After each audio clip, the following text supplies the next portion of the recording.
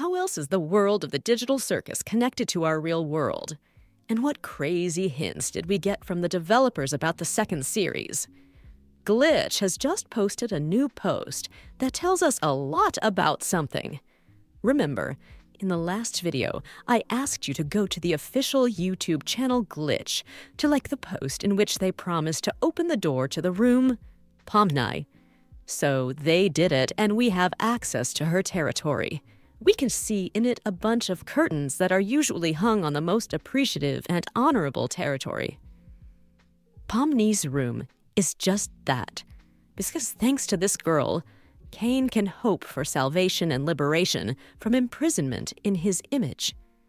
And in order to please Pomni, Cain creates for her all the conditions in which she will feel comfortable living in a digital circus, and she will not have the desire to constantly escape.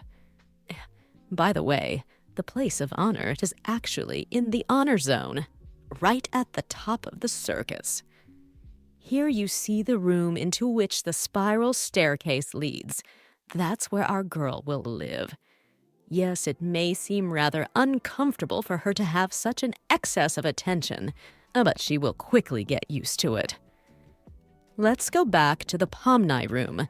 In addition to the usual elements, such as non-living NPCs, we can see a chest of drawers, the presence of which I already mentioned in the last series.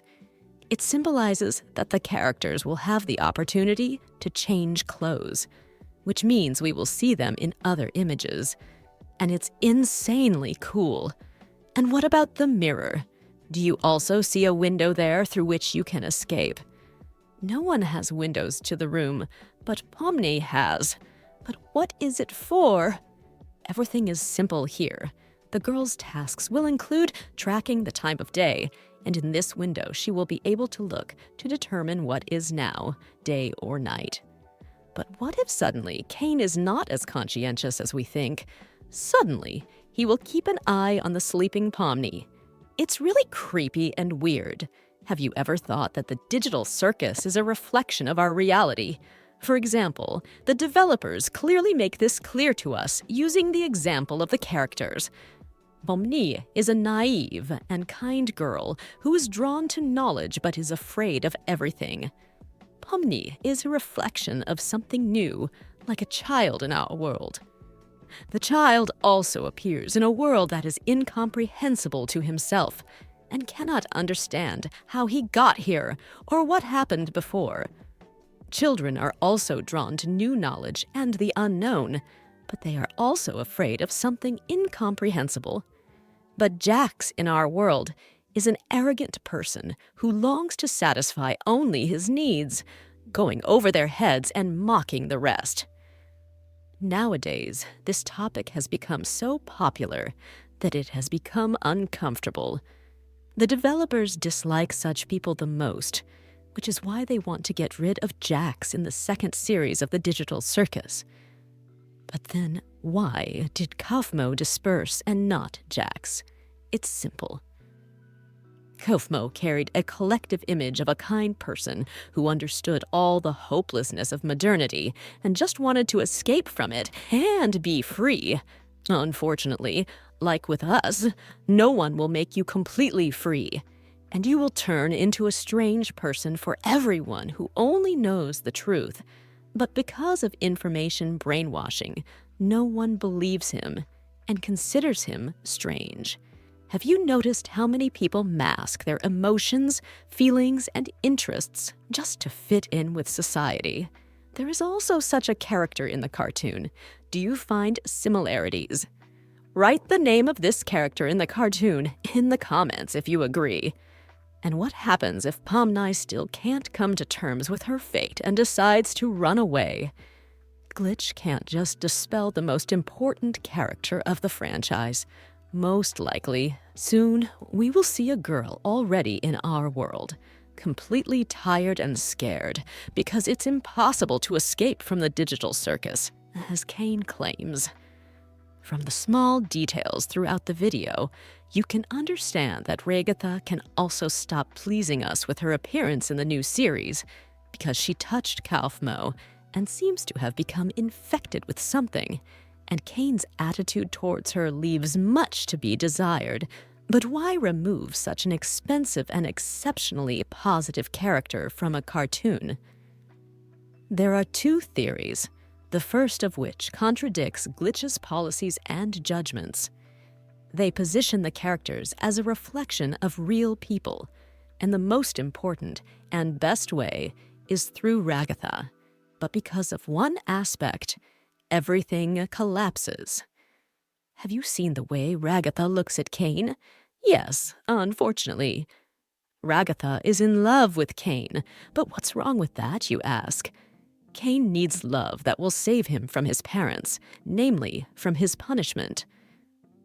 But Ragatha has been in this place for a long time, and her charms as a living person have disappeared, and she cannot give him exactly that, although she may madly love him. But Pomni can still, because she only recently found herself in this place. Her human aura is not absorbed by the digital circus, and Kane still has the opportunity.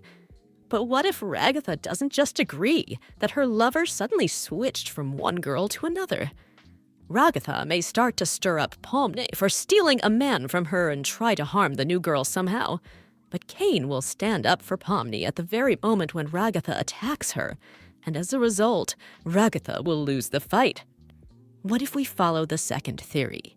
Incomprehensible organizations began to rise and strengthen above the developers, who do not allow glitches to demonstrate the problems of the modern world to the fullest.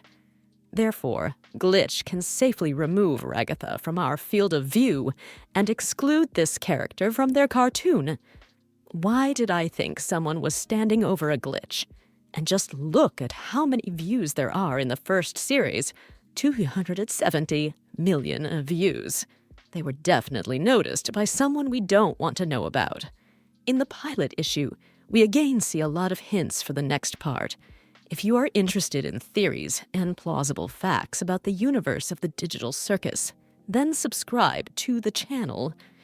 We have a lot of interesting things. Well, we come to the latest theory. The theory concerns our beloved Cofmo. He must regain his former image at the expense of Kane's magic, who will receive new divine power from an unknown object that he touches.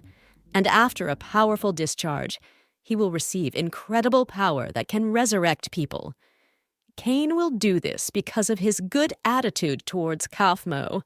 After all the characters said only affectionate and kind things about this character.